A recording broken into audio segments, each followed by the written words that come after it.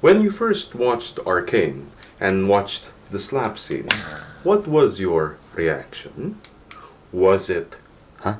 Or was it, what in the chuckle duck? Why does Vi's words hurt more than her slap? Why am I getting second-hand emotional damage? Why am I hiccuping tears?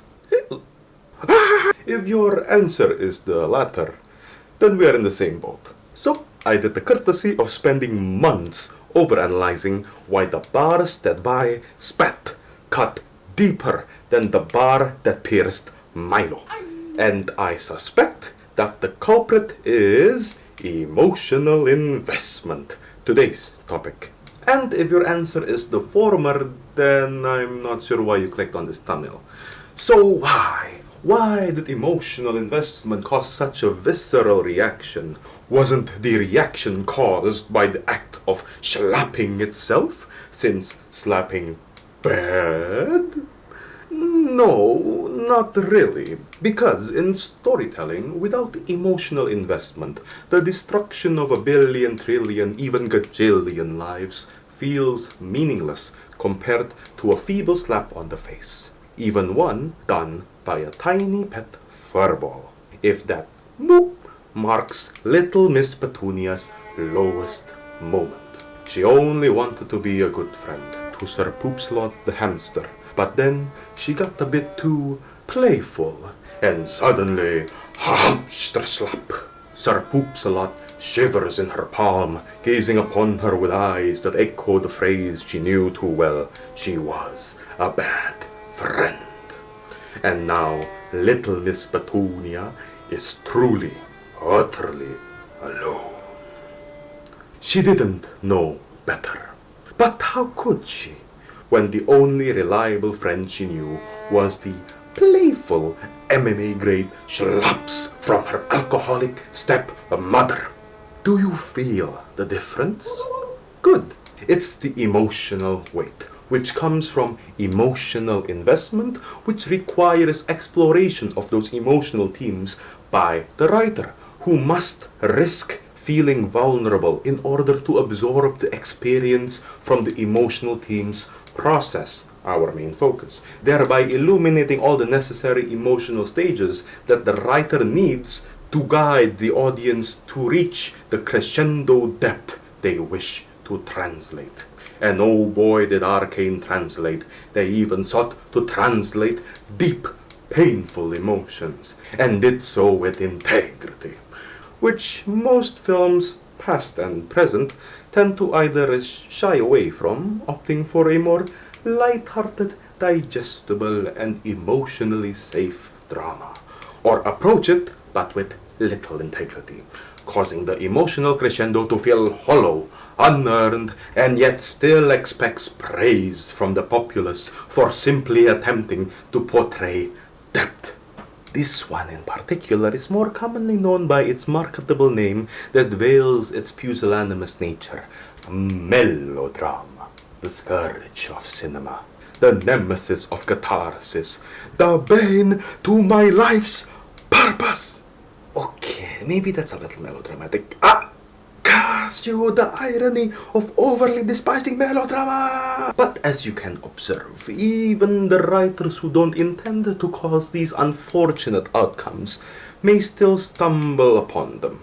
Yes, it could be molded by intent, but more often than not, it's a skill issue, I hope. However, Arcane's story overcomes this skill issue not because the mere concept of the story was perfect from the start, no, but rather because the writers dared to explore the depths of its emotional themes with integrity, especially in the opening act. So that act will be the stage of our analysis today. We will explore it through the three pillars of emotional investment that will culminate to the classic beginning, middle, and end, so that we may understand it like a story that gradually compounds.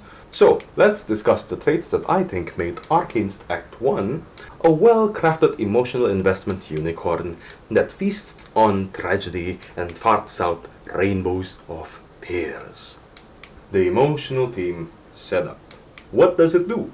It essentially pitches the drama and its direction to make the audience feel attached with a sense of anticipation and curiosity. What makes it good, on the other hand, requires the emotional setup to be juicy, scrumptious, an eye-watering treat waiting to happen. And if there are multiple, then they must have an interesting chemistry when interacting with one another, to the point where just the scent of it can lure the audience to invest their time, because they can smell the potential burst of drama flavors from hours of watch time away. So what does Arcane do to make their emotional theme so potent and juicy? First off, clarity. Powder struggles with building her self-esteem, Vi struggles with the choices of being a leader, Jace struggles to convince others of his vision, while Victor struggles to find a vision worthy of his limited time. Desire plus struggle.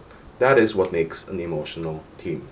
And Arcane not only conveyed these themes clearly, but also singularly, focusing the audience to one central theme per character, making it easier when the themes meet each other and create number 2, chemistry. This is what makes the theme setup juicy, but only if each of the character themes feed off one another almost instinctually. Powder wants to prove her worth to Vi by helping the team, but doing so compromises the team which Vi wants to protect. But she's doing all this for Powder's future in the first place, which could sour and falter if she prioritized the team. Do you see the conundrum between the teams when set up next to each other? Both characters are given choices that cannot coexist, yet without the other character, the choices won't even exist. If there is no Powder, Vi would have no reason to lead a team, and if there is no Vi, Powder will not feel the need to prove her battle wits and worthiness. They depend on one another, like how peanut butter depends on jam. But on top of a roasted turkey, only one can be the condiment, or the turkey's flavor profile will be buried in a grave. Sorry. But these doomed coexisting themes lead us to the crux of a theme setup called number 3, anticipation. We know the themes, we see them conflict, and now Arcane fans the scent of their roasty crescendo from the endpoint. So you, the audience, can smell where this is going, making your curiosity salivate with anticipation. And they did so by showing Silco, the distant trouble that will push Vi and Powder to the limit. Will Powder prove her abilities just in time, or will Vi make the hard choice?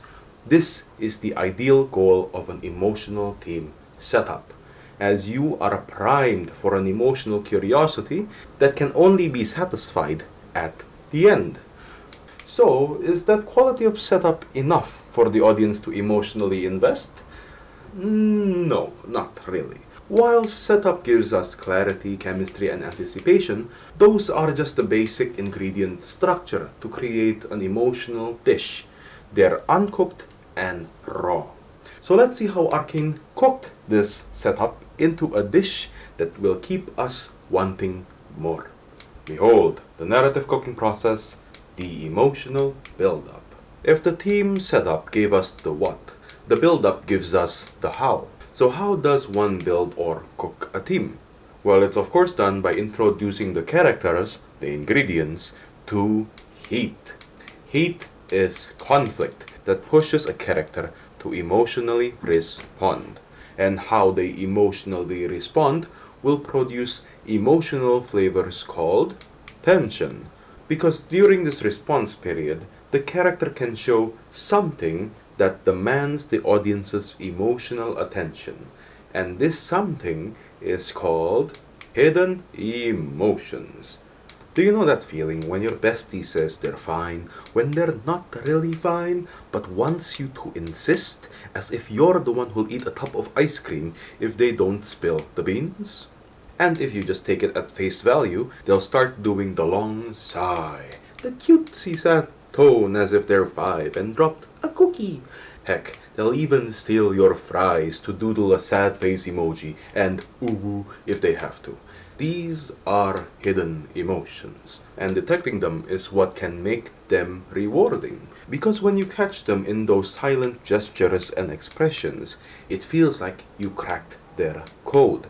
You saw past the mask into the heart of a character, which is shaped by life experiences that you might even find familiar.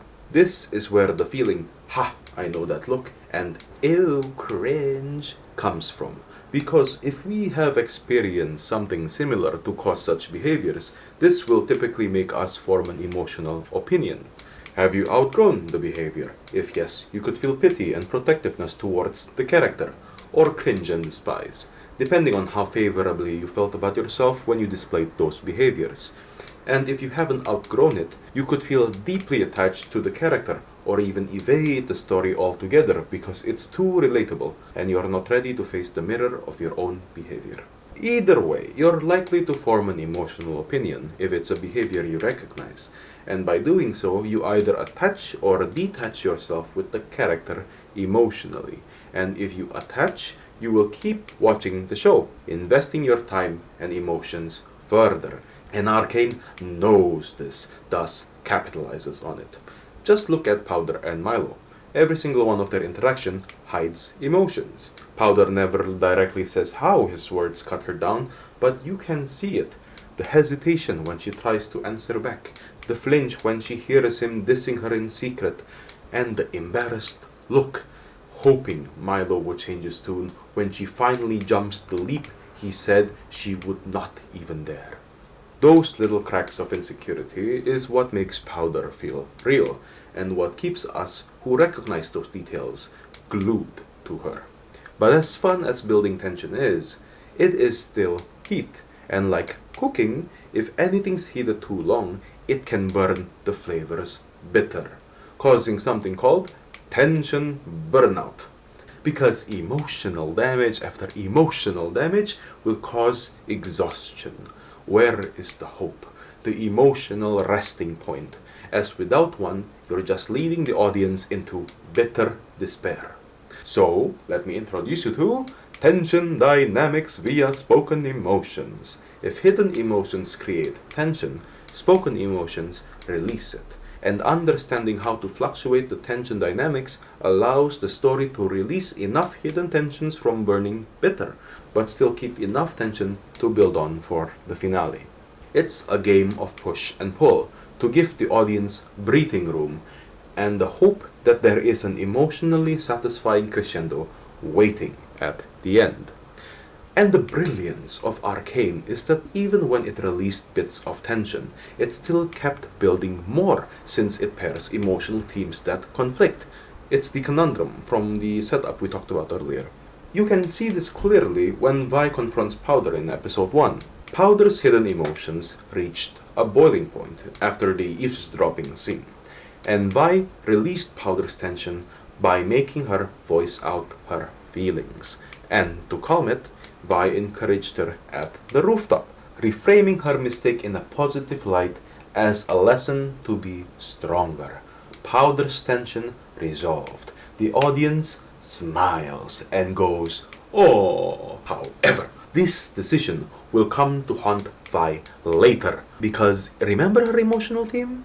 It's being a good leader, and encouraging Powder's naivety is a risk that planted the confidence that will lead to Vi's leadership demise.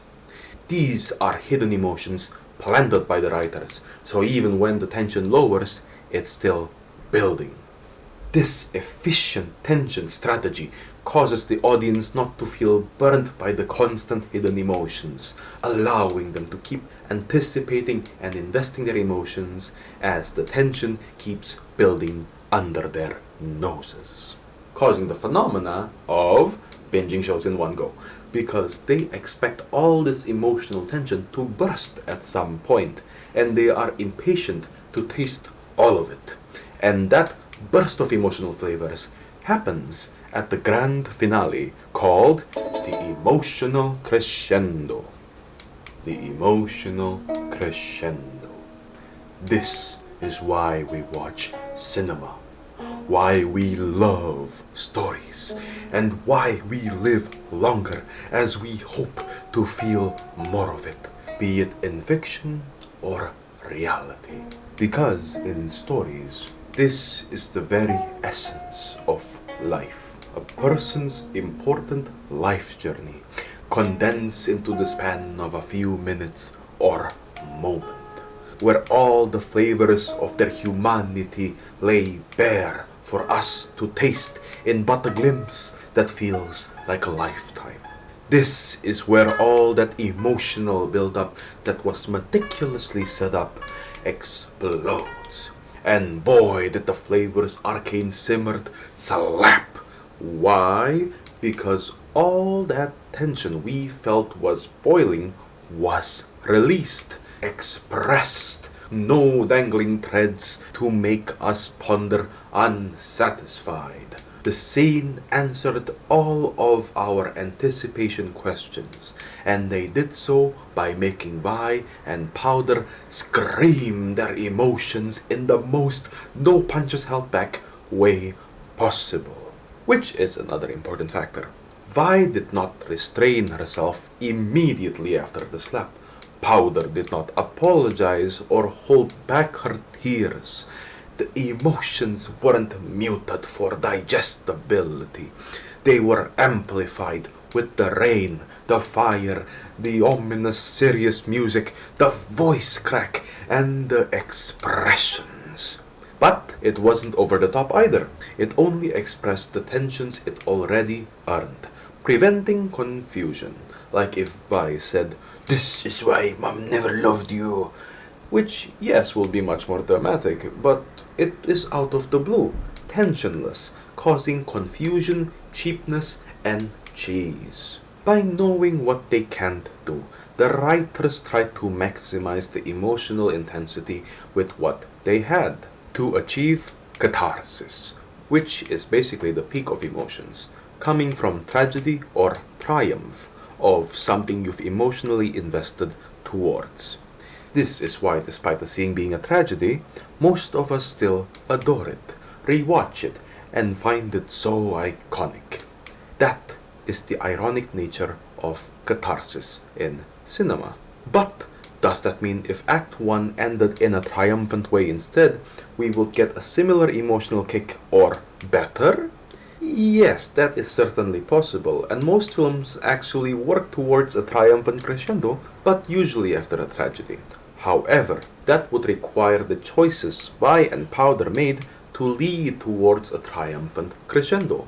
But in the one we have, their choices were more short-term indulgences rather than long-term sacrifices.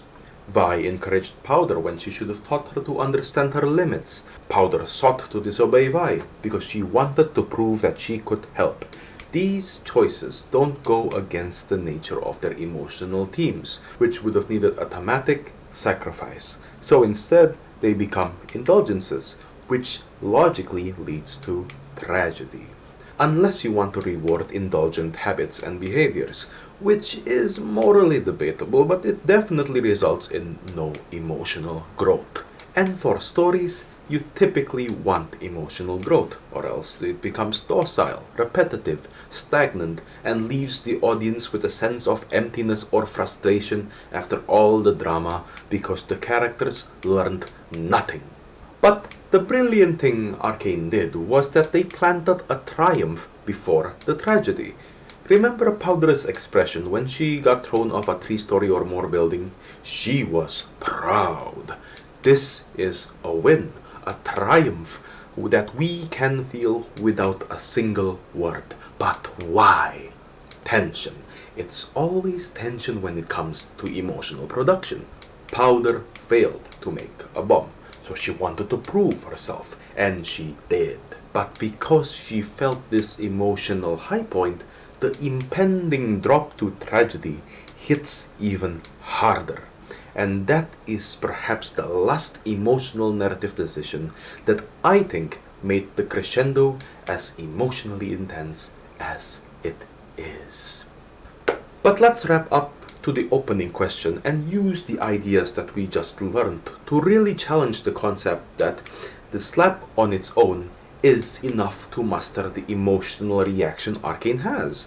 Because if it is, then Arcane could have moved the slap scene to the opening of episode 1, get the emotional reaction, and start the show with the characters as adults, where they would have more time to fight like adults with their cool gadgets and even more time for music video montages, which I think some of us and the writers were itching more of, because cool scenes equals emotional satisfaction, right?